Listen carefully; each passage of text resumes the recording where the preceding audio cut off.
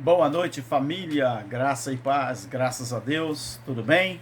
Sou nosso irmão Alberto Lírio, do canal Alberto Lírio, e estamos aqui, meus queridos, para mais uma vez trazermos uma mensagem, uma palavra de Deus nesta noite de sábado, noite maravilhosa, ao qual nós estamos aqui, graças a Deus, estudando um pouquinho da palavra, lendo um pouquinho, não é? Estudando mesmo, não é?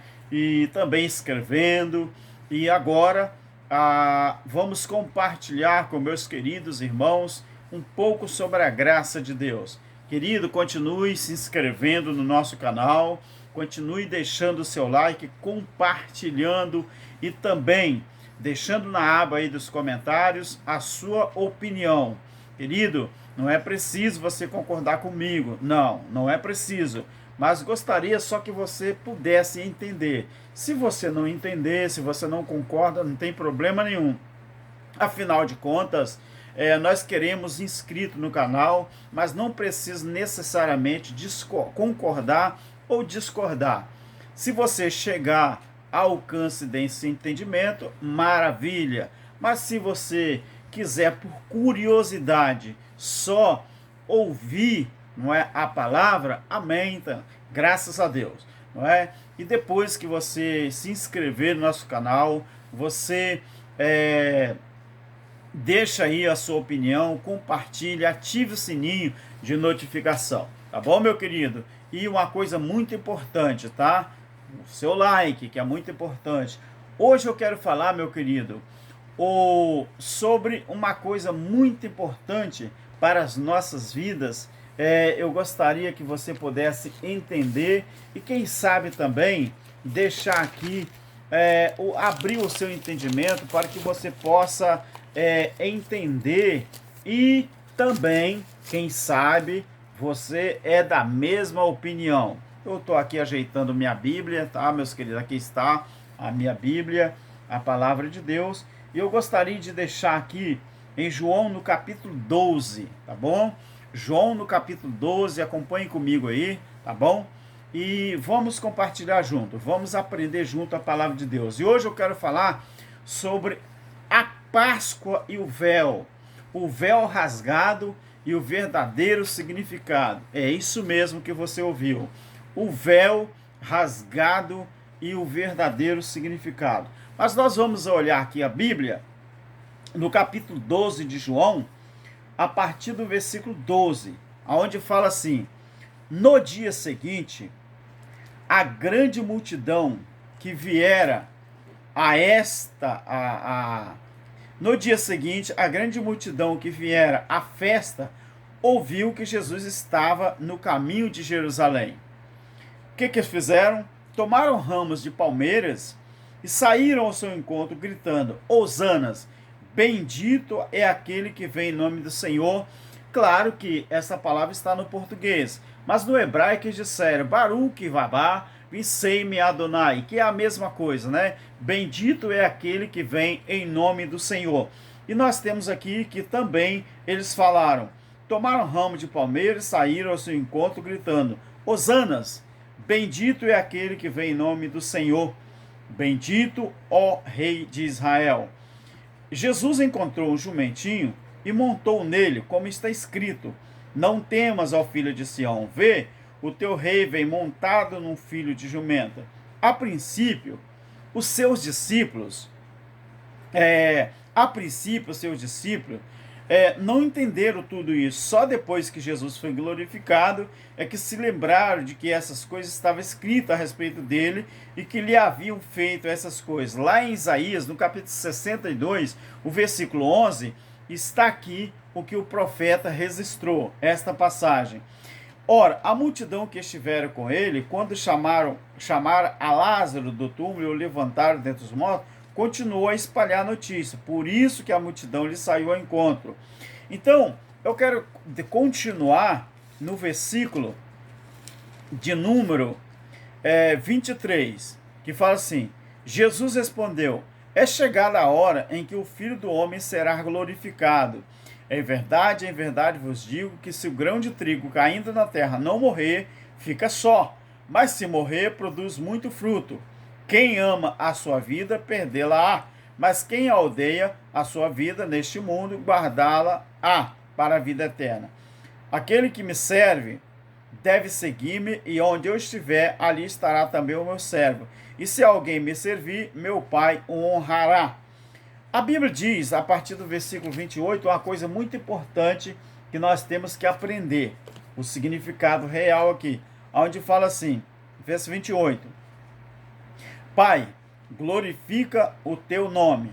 Glorifica o teu nome. Então veio uma luz do céu que dizia, já o glorifiquei, e outra vez eu vou glorificar novamente.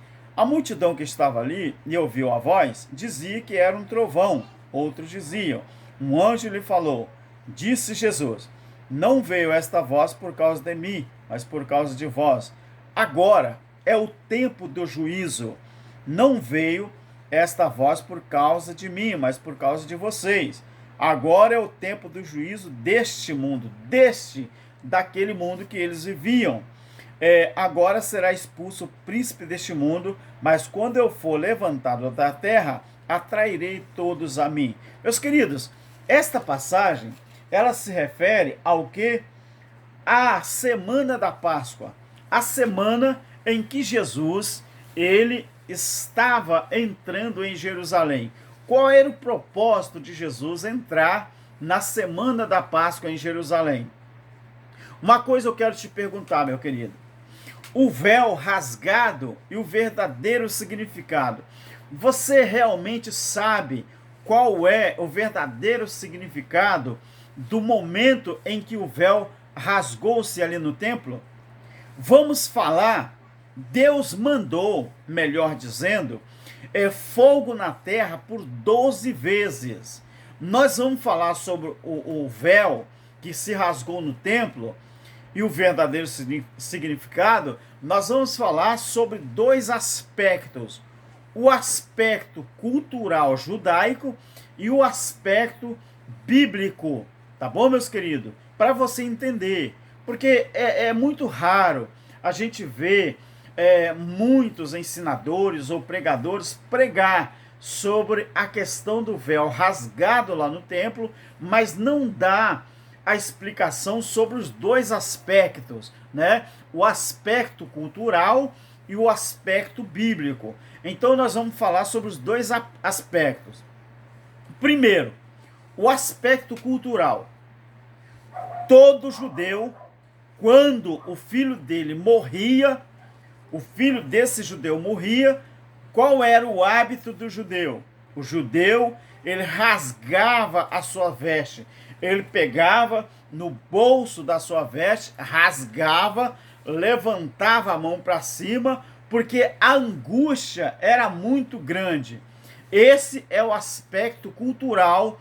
Quando o filho morria, o filho de um judeu, ele pegava a sua veste, rasgava, porque a dor de perder um filho era muito grande. Agora, no aspecto bíblico, Deus rasga o véu lá no templo, ou seja, a simbologia era-se como Deus estivesse rasgando a sua roupa.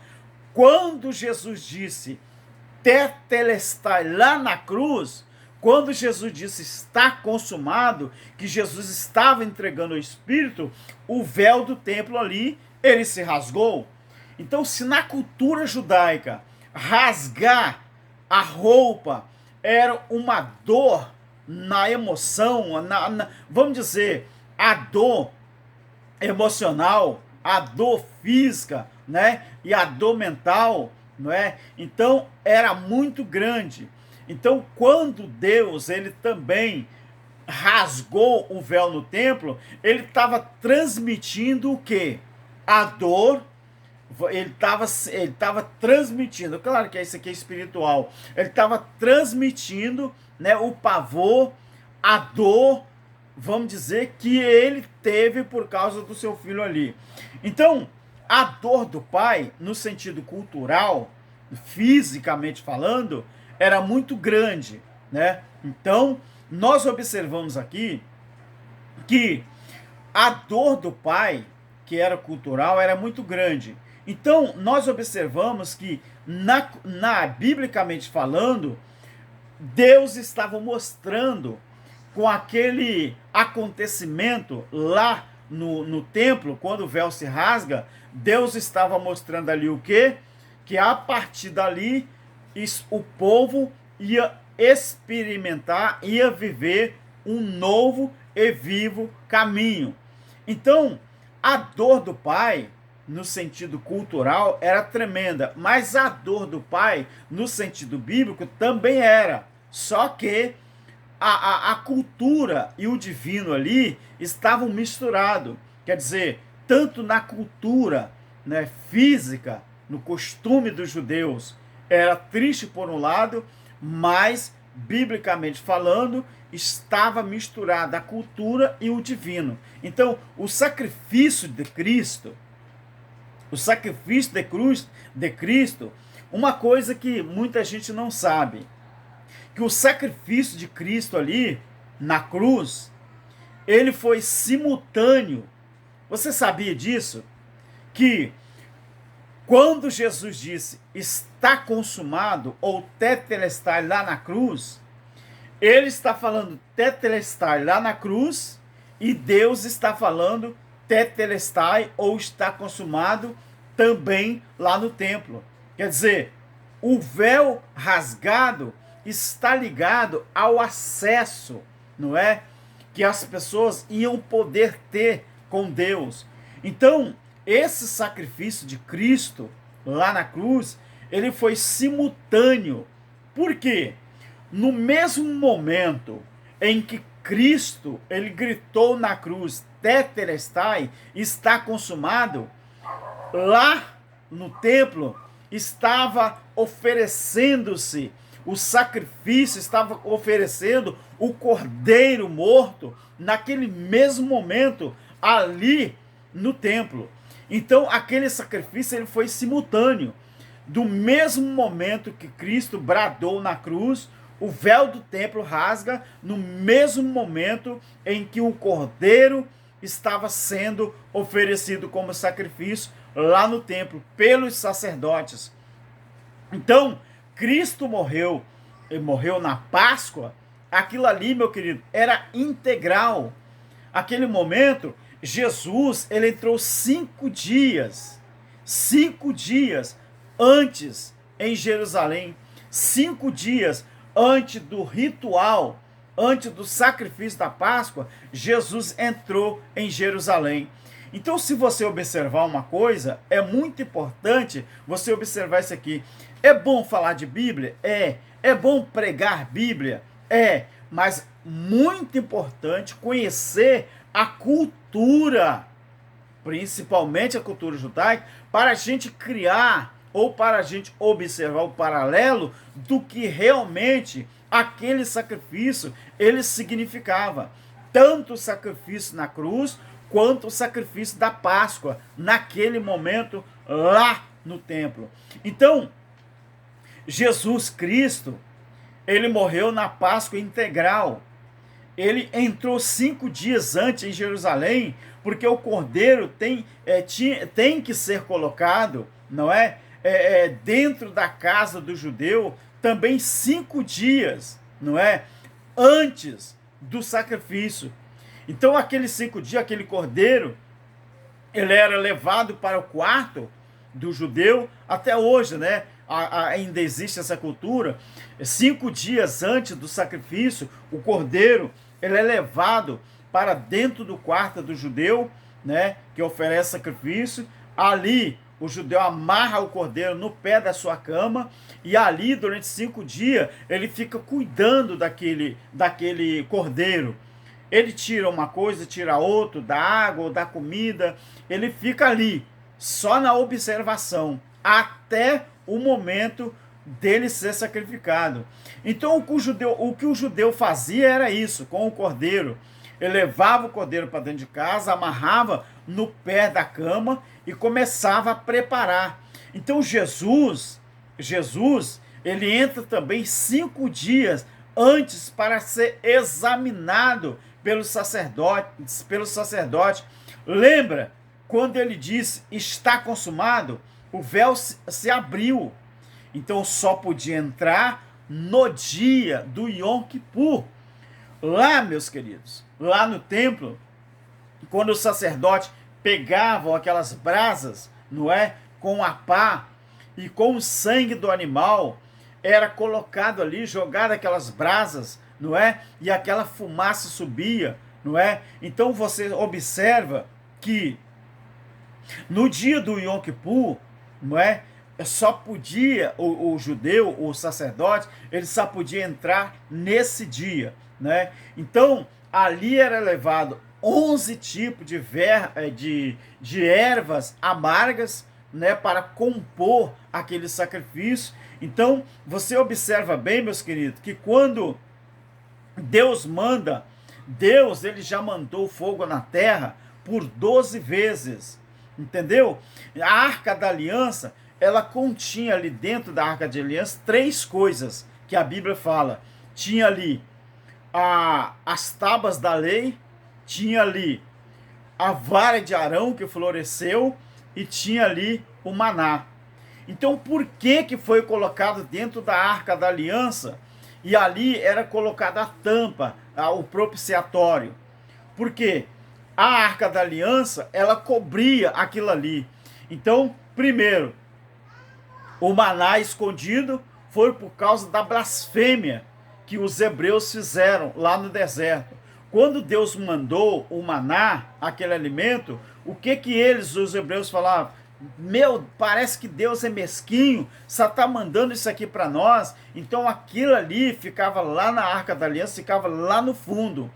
A vara de Arão, quando floresceu, muita gente pensa que aquilo ali foi uma bênção, que foi uma coisa extraordinária. Não, meu querido. Deus estava mostrando, quando a vara de Arão brotou, que o que eles tinham menosprezado, aquela vara seca, era justamente o contrário daquilo que eles imaginavam, não é? E outra coisa, as tábuas da lei, não é? Aquelas tábuas que estavam ali, era a segunda tábua, que a primeira, ela foi quebrada, não é? Ela foi quebrada por Moisés descer do monte e ver que os hebreus estavam adorando a um bezerro de ouro.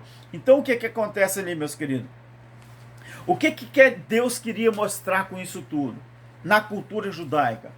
Você imagina quando Deus olha para mim e olha para você, se Deus fosse enxergar aquilo que nós temos de ruim dentro de nós, nós estaríamos tudo no sal. Então, quando aqueles 3 objetos foram colocados dentro da arca, é que na cultura judaica era o único lugar que eles tinham para guardar as coisas ali que relembravam, ou as coisas que vamos dizer assim, arremetiam aos erros do passado. A ignorância deles é o único lugar que Deus não podia ver. Então o sangue era espargido ali em cima e a fumaça subia. Então, para os judeus, na cultura judaica, o único lugar que eles tinham para esconder as coisas e Deus não ver seria ali, porque Deus só veria o sangue, e o sangue era o sacrifício. Então nós observamos que, nesse sentido, não é? Se Deus olhasse para as nossas, a nossa carne, né? Já era, nós estaríamos tudo perdido, não é? Então, verdadeiramente, meus queridos, uma coisa muito importante: quando o véu ele rasgou lá no templo, ao mesmo momento que Jesus deu o brado lá na cruz, aquele tetelestai, quando aquele véu rasga lá no templo, que foi o próprio Deus que rasgou, como um símbolo, vamos dizer assim, daquela tristeza, da angústia que Deus estava sentindo, respeitando a própria cultura judaica, e Deus queria transmitir algo muito importante que os próprios soldados romanos reconheceram com aquele movimento que aconteceu. Eu vou explicar.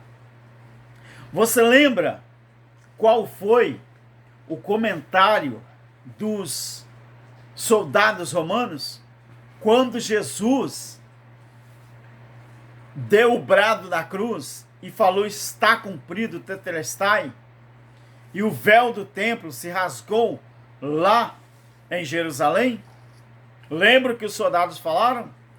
Verdadeiramente, este é o Filho de Deus. Por quê que eles reconheceram?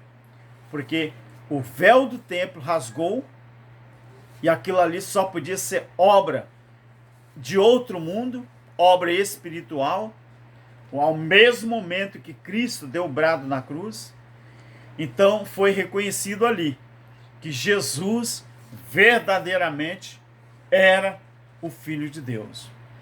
Agora, o mais importante da semana da Páscoa, que Jesus entra em Jerusalém, 5 dias antes do sacrifício, o mais importante é isso, meu querido, que quando Jesus entra 5 dias antes da Páscoa, do sacrifício, do mesmo jeito que o cordeiro ele era levado para dentro do quarto do seu dono e ali cuidado durante 5 dias antes do sacrifício, Jesus fez isso. 5 dias antes ele entrou em Jerusalém. Quando o véu abre, rasga, Deus está dizendo: agora eu vou guiar vocês por um novo e vivo caminho. Muita gente quer falar da graça de Deus, muita gente não quer sair das práticas da velha aliança, mas talvez é porque ainda não sabe o verdadeiro significado do tetelestai na cruz e o rasgar do véu lá no templo. Essas coisas, meus queridos, estão misturadas. Estas coisas, você tem que olhar tanto para o lado da cultura judaica como para o sentido espiritual, biblicamente falando. Porque as duas coisas, elas se casam. Uma é por causa da cultura. Quando Deus abriu o véu, rasgou, Deus estava expressando a sua maior tristeza por dar o seu filho a uma nação, a um povo que não o reconheceu, Jesus como seu filho, e nem tampouco o verdadeiro Deus, Criador do céu e da terra, como Deus superior e o único. Então, a mesma coisa acontece hoje. Sabe como que você começa a ter consciência sobre em que mundo que nós vivemos, qual é hoje a posição espiritual do povo de Deus? É estudando um pouco a cultura daquele povo judeu. Nós não precisamos praticar nada que os judeus praticavam, mas às vezes é preciso a gente entender um pouco da cultura judaica para depois a gente então a passar a entender a graça de Deus no aspecto espiritual. Mas às vezes, para nós entendermos o aspecto espiritual, é preciso nós entendermos o aspecto cultural também. Tá bom, meus queridos? É isso que eu queria falar para você, tá bom? Que Deus, o nosso Criador, continue abençoando a sua, a minha vida e as nossas vidas. Vivemos um novo e vivo caminho. Vivemos um novo Aion, uma nova era, a era da graça, ao qual o Cristo, Filho de Deus, inaugurou lá no ano 70, tá bom? Com o juízo que ele trouxe sobre Israel, mas primeiro ele mostrou isso na cruz. Está acabado, está consumado, está feito. E Deus, aquele véu no templo rasgado, foi como se Deus estivesse assinando em cima, não embaixo, tá bom? Porque rasgou de cima para baixo. Essa frase que Deus assina embaixo, ela está errada, tá, meus queridos? Isso é a cultura pagã que inventou esse ditado, e os crentes, eles prosseguem falando a mesma coisa. Deus, ele não assina embaixo. Deus, ele assina em cima. Embaixo não. Deus não é o último. Deus não é o último. Ele é o primeiro. Tá bom? Que nosso Criador continue abençoando a cada um para a honra e glória do nosso Criador. Abraço, nosso irmão Alberto Lírio. Fique na paz e um bom domingo para todos nós. Amém.